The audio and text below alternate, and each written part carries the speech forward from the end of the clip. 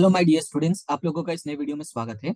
आज के हम अपने इस नई वीडियो में हम स्टार्ट करने वाले हैं दूसरा लेक्चर। इसके पहले वाले लेक्चर में हम लोगों ने क्लास 11th का अकाउंट स्टार्ट किया था, जिसमें हम लोगों ने समझा था कि अकाउंट का मतलब क्या होता है। अकाउंटिंग का मतलब होता है हिसाबी पद्धति, जिसका मतलब हमने समझने की कोशिश की थी कि हिसाबी पद्धति का मतलब क्या होता है, हिसाबी पद्धति में क्या क्या चीजें होती हैं और हम उसमें क्या काम करते हैं, राइट।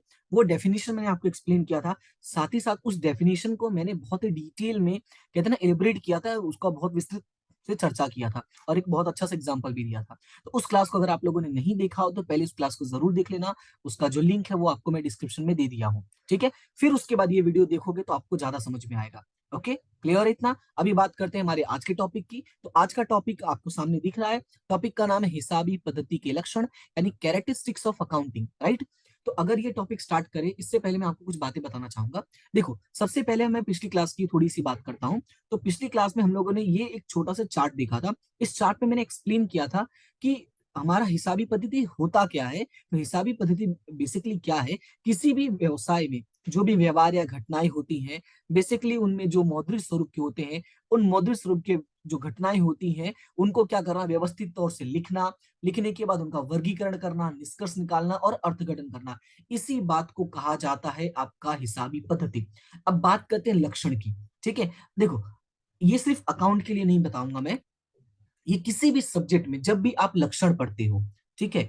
लक्षण पढ़ने से पहले याद रखना, इकोनॉमिक्स में भी ये काम आएगा, बीए में भी काम आएगा और एसपी में भी काम आएगा। इन शॉर्ट जहां जहां पे तुम्हें लक्षण आएगा, तो एक बात याद रखनी है, किसी भी टॉपिक का लक्षण पढ़ने पढ़ने से पहले उस टॉपिक का अर्थ समझना बहुत जरूरी है, जिसको हम लोग कहते हैं मीनिंग। मीनिंग कहो या डेफिनेशन कहो, जो भी आप समझना चाहो वो आपको समझना जरूरी है, क्योंकि कहीं ना कहीं इनका जो लक्षण होता है वो अर्थ, मीनिंग, डेफिनेशन में ही छुपा हुआ होता है। अब सवाल है, सर ये क्या रिलेशन है। तो जैसे हिसाबी पद्धति का जो परिभाषा अभी मैंने आपको दिखाया और जो पिछली क्लास में डिस्कस किया था, उस चीज को दिमाग में रखते हैं और आगे बढ़ते हैं। पहला पॉइंट है वित्तीय लक्षण। पहला पॉइंट क्या है, वित्तीय लक्षण यानी फाइनेंशियल कैरेक्टरिस्टिक्स। ध्यान से सुनना, ठीक है, सारी बातों को नोट करते जाना। देखो, वित्तीय लक्षण का मतलब क्या होता है, और हमने पहले ही डेफिनेशन में देख लिया था कि व्यवसाय में जो भी व्यवहार या घटनाएं होती हैं उनमें से हम सिर्फ मौद्रिक स्वरूप को लिखते हैं, और मौद्रिक का मतलब ही होता है वित्त। यहाँ पे ध्यान से देखो, व्यवसाय में जो भी व्यवहार या जो भी घटनाएं होती हैं उनमें हम उसको क्या करते हैं, द्रव्य के रूप में मापते हैं। ध्यान से सुनो, उनको हम क्या करते हैं, द्रव्य के रूप में मापते हैं। और जिन व्यवहारों को पैसे के रूप में मापा जा सकता है या हम जिनको पैसे के रूप में मापते हैं उनको लिखते हैं। अगर हम पैसे के रूप में नहीं माप पा रहे तो हम नहीं लिखते हैं, राइट। जैसे एग्जाम्पल के तौर पे यहाँ पे एक अच्छा एग्जाम्पल लिखा हुआ है। अगर आप ध्यान से देखोगे तो 10,000 किलोग्राम रसायन खरीदा, इस खरीदी की कीमत या मूल्य द्रव्य के रूप में निश्चित होना चाहिए। यह रसायन 20,000 में खरीदा गया है तो 10,000 किलोग्राम रसायन 20,000 ऐसा अर्थ होगा। 20,000 में खरीदा ऐसा अर्थ होगा। आपको याद होगा पिछले क्लास में मैंने डिस्कस किया था कि जैसे मान लो सब्जी लेने गए और आलू खरीदा, प्याज खरीदा, तो हम क्या बोलते हैं, मम्मी 40 रुपए का आलू खरीदा, 25 रुपए का प्याज खरीदा। हम कीमत बताते हैं, हम ये नहीं बोलते 1.5 किलो, क्योंकि मम्मी ने तो ऑलरेडी बोला था 1.5 किलो खरीदने के लिए। जब मम्मी ने 1.5 किलो खरीदने के लिए बोला था तो वो 1.5 किलो का मे भी पॉसिबल मार्केट में प्राइस अलग हो। हर कहीं तुम्हें पता, एक ही मार्केट में एक ही चीज का कीमत अलग अलग होता है। तो अगर हम मुद्रा में नहीं दर्शाते, मात्रा में दर्शाते हैं, तो प्रॉब्लम ये होगा, समझने में दिक्कत होगी। जैसे 1 किलो चावल की अगर मैं बात करता हूँ तो अलग अलग दुकानों पे अलग अलग कीमत होती है, क्योंकि कैटेगरी अलग होगी। जैसे बासमती हो गया, और भी जो चावल आते हैं, मुझे तो बासमती का ही नाम पता है, और भी कोलम हो गया, ऐसे अलग अलग कंपनी के चावल आते हैं, मतलब अलग अलग ब्रांड के आते हैं। तो अब हर चीज की कीमत तो अलग अलग होती है ना। इसी वजह से हम उनकी क्या बताते हैं, उनको कीमतों में दर्शाते हैं, यानी मुद्रा में दर्शाते हैं। क्लियर है। तो अकाउंट में भी यही काम होता है। ध्यान से सुनो, तो रुपया क्या है, वो द्रव्य है, और हम द्रव्य में हुए ही व्यवहार को दर्शाते हैं, और इसीलिए हमारा ये सब आर्थिक व्यवहार कहलाता है, क्योंकि इसमें द्रव्य होता है। क्लियर है। तो हमारा पहला लक्षण है वित्तीय लक्षण, यानी वित्त मतलब पैसा। ध्यान से याद रखना, वित्त का मतलब क्या होता है, पैसा, रुपया, द्रव्य, मुद्रा। ये अलग अलग चीजें यूज होगी, अलग अलग वर्ड अलग अलग जगह पर यूज होते हैं, पर इन सभी का मतलब क्या है, पैसा ही। ठीक है। अब बात करते हैं अगला, द्रव्य विनिमय के माध्यम के रूप में। आ गया ना, देखो द्रव्य, द्रव्य का मतलब मैंने भी बताया, पैसा, मुद्रा, रुपया, जो भी होता है, समझना चाहो सब होता है। अब ध्यान से सुनना, इनमें जो पैसों का लेन देन होता है, ध्यान से सुनना, इनमें जो मतलब जो वस्तुओं का लेन देन होता है, वस्तुओं के बीच की जो कड़ी है वो है पैसा। ध्यान से सुनना, वस्तु के बीच की कड़ी क्या है, पैसा। मतलब ये है, जैसे अगर दो लोग हैं, ठीक है, मैं यहाँ पे एक एग्जांपल लिखता हूँ। जैसे मान लो यहाँ पे दो लोग हैं, एक का नाम है ए और एक का नाम है बी। ठीक है, ये जो ए है वो है ग्राहक, और ये जो बी है वो है व्यापारी। जो व्यापारी है वो ग्राहक को क्या देगा? सामान। और ग्राहक क्या देगा? पैसा। ग्राहक पैसे दे दिया, उसके बाद व्यापारी इन पैसों से जो भी अपनी जरूरतें होंगी, ठीक है, जो भी अपनी जरूरत होगी उसको पूरा करेगा। अब जैसे मान लो उसको कपड़े खरीदने तो वो कपड़े खरीद देगा, उसको मान लो गाड़ी खरीदनी तो गाड़ी खरीदेगा, मतलब जो जरूरत होगी उसके हिसाब से खरीदेगा। राइट, तो अगर पैसा नहीं होगा, मान लो ग्राहक ने भी उसके बदले में सामान दिया, तो क्या व्यापारी कुछ खरीद पाएगा? उससे कुछ नहीं खरीद पाएगा। मान लो उसने गेहूं दिया और सामने से चावल लिया, तो बेचारे के पास तो चावल ही रहने वाला है। अगर कपड़ों की जरूरत है तो फिर कहाँ से लाएगा कपड़े? राइट, तो इसीलिए अकाउंट में एक बात कही गई है। क्या बात कही गई है? कि बेसिकली जो हमारा विनिमय होता है, यानी जिसको हम एक्सचेंज बोलते हैं, एक दूसरे मतलब एक व्यक्ति दूसरे व्यक्ति को सामान देता है, लेता है, तो उसका जो मेन माध्यम होता है, वो मेन माध्यम होता है मुद्रा। क्या होता है? मुद्रा। और ये मुद्रा जो है ना, वो दो तरह से काम करेगा। या तो वर्तमान में चुकाओगे तुम, और या तो भविष्य में चुकाओगे। देखो, वर्तमान में भी हो सकता है, भविष्य में भी हो सकता है। एक और जानकारी दे दूं मैं, जब हम वर्तमान में पैसा चुकाते हैं तो उसको बोलते हैं रोकड़। क्या बोलते हैं? उसको बोलते हैं रोकड़ व्यवहार। ये हम आगने वाले चैप्टर में पढ़ेंगे, पर मैं ये आपको अभी इसलिए बता दे रहा हूँ ताकि थोड़ा आइडिया रहे। और हम भविष्य में जब पैसे चुकाते हैं तो उसको बोलते हैं उधार व्यवहार। अब बोलोगे कि सर ये सब क्या होता है, तो यार तुम दुकान में कभी ना कभी सामान तो खरीदने गए होगे। ऐसा बिल्कुल मत बोलना कि सर हम आज तक दुकान में नहीं गए हैं, डेफिनेटली गए होगे। अक्सर दुकानों में लिखा रहता है यहाँ उधार बंद है, उधार नहीं दिया जाता है। राइट, तो उधार का मतलब क्या होता है? सामान लो, पैसे बाद में दो। बात समझ में आया? तो वही तो उधार है। और रोकड़ का मतलब क्या होता है? पैसे दिए जाते हैं, तुरंत के तुरंत पैसा, ताबड़तोड़। क्लियर है इतना? तो ये है हमारा सेकंड पॉइंट, द्रव्य विनिमय के माध्यम के रूप में। क्लियर है इतना? अब बात करते हैं नेक्स्ट मुद्दे की। तो नेक्स्ट है व्यवहारों का वर्गीकरण और विश्लेषण। जैसा याद होगा, डेफिनेशन में ही मैंने समझाया था कि हम क्या करते हैं, व्यवहारों का वर्गीकरण करते हैं, उस पे से निष्कर्ष निकालते हैं, उसका हम विश्लेषण करके बाद में उसका अर्थघटन करते हैं। मैंने कहा था डेफिनेशन में ही सब कुछ छुपा हुआ है। अगर डेफिनेशन को पढ़ लोगे तो सब क्लियर हो जाएगा। अब सुनो आगे।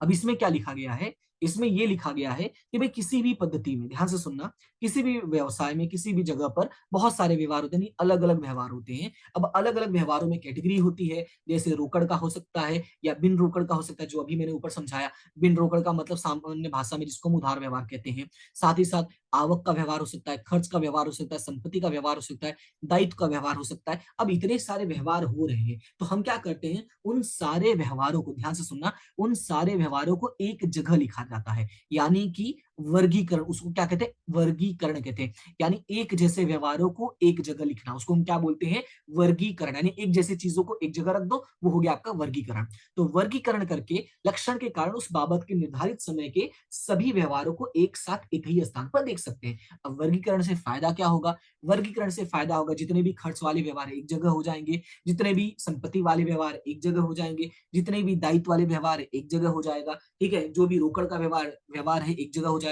तो फायदा ये होगा, अगर किसी को जानना है कि कितनी संपत्ति है, कितना खरीदा है, कितना बेचा है, ये सारी बातें हम आसानी से जान सकते हैं। क्लियर है? तो ये है हमारा थर्ड पॉइंट। थर्ड पॉइंट क्या है? व्यवहारों का वर्गीकरण और विश्लेषण। क्लियर है? देखो, अगर ध्यान से क्लास को तुम सुनोगे, सिर्फ क्लास को ध्यान से आपको सुनना है, और जो अंडरलाइन किया वो अपनी बुक में अंडरलाइन कर लेना है। ठीक है, ये देखो मैंने इसीलिए वर्ड्स को डार्क भी कर दिया। अगर मैं डार्क नहीं भी करता हूं तो भी मेरी आदत है, मैं अंडरलाइन कर दूंगा। तो अंडरलाइन कर दूंगा तो उन पॉइंट्स को आप अपनी बुक में भी अंडरलाइन कर दोगे। फायदा होगा, जब भी आप रिवाइज करोगे उन्हीं वर्ड्स पे फोकस करना है। क्लियर है इतना? जो स्टोरी सुनाऊंगा, जो कहानियां सुनाऊंगा, उनको दिमाग में रखना। आपको थ्योरी लर्न करने में आसान हो जाएगा, आपको कंसेप्ट समझने में आसान हो जाएगा। इट मे बी पॉसिबल कि आप में से कई स्टूडेंट हैं जो मुझसे ऑफलाइन पढ़े होंगे या पढ़ रहे होंगे। राइट, तो आपको याद रखना है कि आपको पता है कि मेरा जो तरीका है वो यही है कि मैं आपको कंसेप्ट क्लियर रखूंगा। ठीक है, और ये चीजें आपको लॉन्ग टर्म में बेनिफिट देंगी। इसलिए दिमाग में बिल्कुल ऐसा नहीं रखना है कि हम एक ही लाइन पढ़ के सब कुछ खत्म कर दें। नहीं, हम सारी चीजों को पढ़ेंगे, उनका कंसेप्ट क्लियर करेंगे। ओके, चलो अभी आगे चलते हैं, ज्यादा टाइम नहीं वेस्ट करेंगे, छोटी छोटी क्लास रखेंगे। अगला है व्यवहारों का अर्थघटन। अगला क्या है? व्यवहारों का अर्थघटन। अब देखो, व्यवहार लिख दिया, वर्गीकरण कर दिया, सिर्फ उतने से काम नहीं चलेगा, उसका अर्थघटन करना पड़ता है। अर्थघटन क्या होता है उसका बहुत एक बढ़िया सा एग्जांपल दिया है यहाँ पे। एग्जाम्पल ये दिया है, जैसे कोई व्यक्ति होता है जब वो ब्लड प्रेशर मपवाने जाता है, आपने देखा होगा लोग बीमार होते हैं हॉस्पिटल में जाते हैं तो एक हाथ में पट्टा बांधा जाता है, एक सामने मशीन होती है, डॉक्टर ऐसे वो ऐसे फुग्गा जैसा हाथ में रखे से दबाता है तो वो पट्टी फूल जाती है, बाद में वो उसमें पारा होता है ऊपर नीचे चढ़ता रहता है, हमको समझ में नहीं आता लेकिन डॉक्टर देखता रहता है, वो कम ज्यादा होते हैं तो बाद में नीचे लिख देगा 90 95 ऐसे करके डेटा लिख देता है, जैसे ये रहा लिखा ना 120 से 80, फिर बाद में बोलता भैया थोड़ा ध्यान दो तुम्हारा ब्लड प्रेशर ज्यादा है, ब्लड प्रेशर कम है, नमक कम खाया करो, ये कम। तो ये सब क्या कर रहा है, वो अर्थघटन कर रहा है। मतलब ये है कि जो उसने तुम्हारा आंकड़ा देखा, ध्यान से सुनना, क्या किया उसने, उसने जो तुम्हारे आंकड़े देखे रजिस्टर पे, आई मीन जो उसका उसने बनाया था, क्या नाम है इसको, ब्लड प्रेशर मापने वाली जो मशीन है, उस पे जो उसने आंकड़े देखे, उस आंकड़ों के आधार पे वो बता रहा है कि तुम्हारा तबीयत अच्छा है या नहीं है, या उस पे तुम्हें क्या जरूरत है, खाना पीना सुधारना है, या ब्लड प्रेशर कम करने के लिए और तुम क्या कर सकते हो।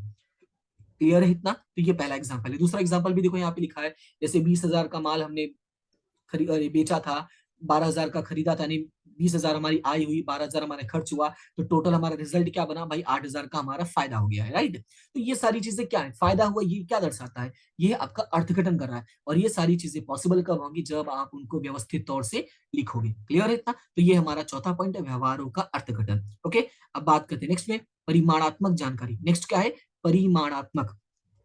तो यहाँ पे मैं एक सिंपल सी बात कहूंगा, परिमाणात्मक का मतलब होता है क्वांटिटेटिव, क्वांटिटेटिव का मतलब होता है आंकड़ा,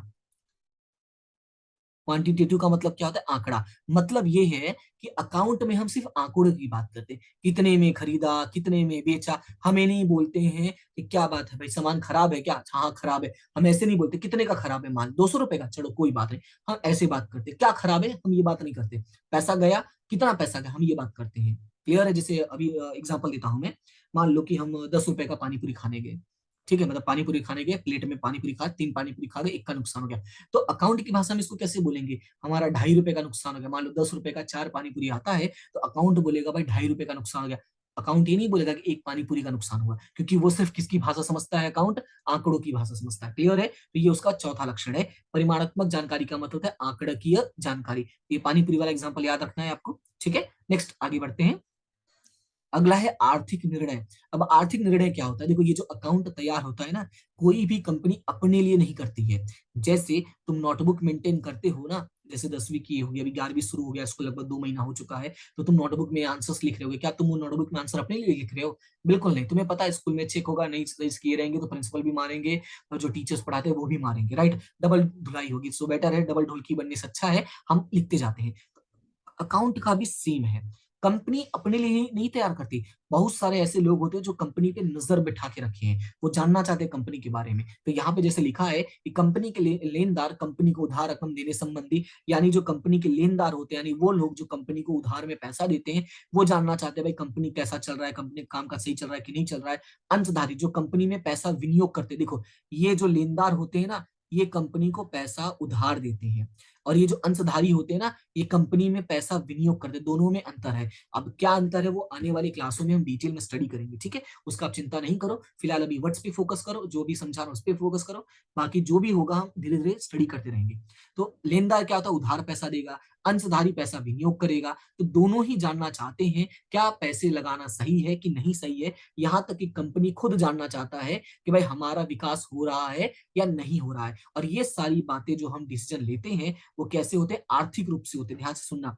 ये सारी बातें कैसे डिसाइड होती है, द्रव्य के रूप में डिसाइड होती है, कितना कैसा चल रहा है कंपनी, तो कंपनी कैसा चल रहा है मतलब क्या, अच्छा है, बुखार है उसको, ऐसा तो नहीं होगा ना, पैसे कमा रहे कि नहीं, लाखों रुपए कमा रहे हो कि नहीं, पैसा आ रहा है कि नहीं आ रहा है, पैसा जा रहा है कि नहीं जा रहा है, इससे ही पता चलेगा ना कोई कंपनी कितना अच्छा कर रही है। और कैसे पता चलता है, ऐसे पता चलेगा, नहीं नहीं कंपनी बड़ी बढ़िया दिख रही, कलर वलर बढ़िया किया, दरवाजा अच्छा लगा, ऐसे कंपनी का वैल्यू डिसाइड होगा, बिल्कुल नहीं। कंपनी कितना कमा रही है, कितना सामान खरीद रही है, कितना सामान बेच रही है, इन चीजों से डिसाइड होता है। ओके, इसीलिए द्रव्य आधारित होने से इसे हम क्या कहते हैं, आर्थिक निर्णय कहते हैं। क्लियर है इतना, तो ये है आपका 6 पॉइंट। अब चलते हैं नेक्स्ट पॉइंट पे, और लास्ट पॉइंट है ये।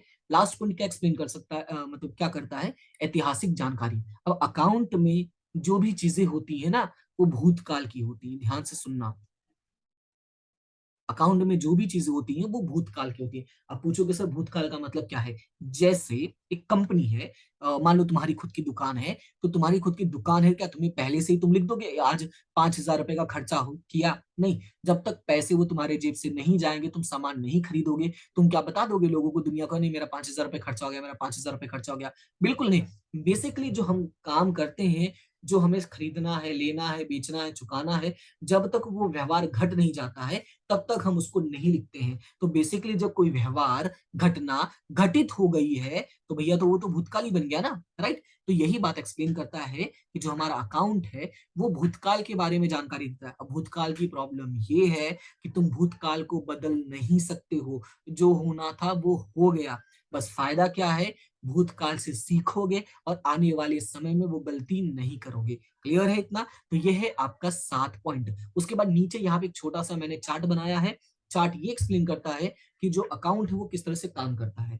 अगर ध्यान से देखोगे तो यहाँ पे लिखा है अकाउंटिंग प्रोसेस स्टेजेस, यानी कि हिसाबी प्रक्रिया के सोपान। तो सबसे पहले हम अकाउंट में क्या करते हैं, हम चीजों को लिखते हैं, फिर क्या करते हैं, उनका वर्गीकरण करते हैं, जो हमने डेफिनेशन में देखा था। वर्गीकरण करने के बाद विश्लेषण करते हैं, विश्लेषण पे से निष्कर्ष निकालते हैं, निष्कर्ष से उसका अर्थघटन करके लोगों को समझाने की कोशिश करेंगे, फिर बाद में वही पेपर में लिख के हम क्या बना देंगे, उसका एक रिपोर्ट बना देंगे। क्लियर है? तो ये है आपके टोटल 6 पॉइंट है हिसाबी प्रक्रिया के सोपान, जो आपको याद रखना है।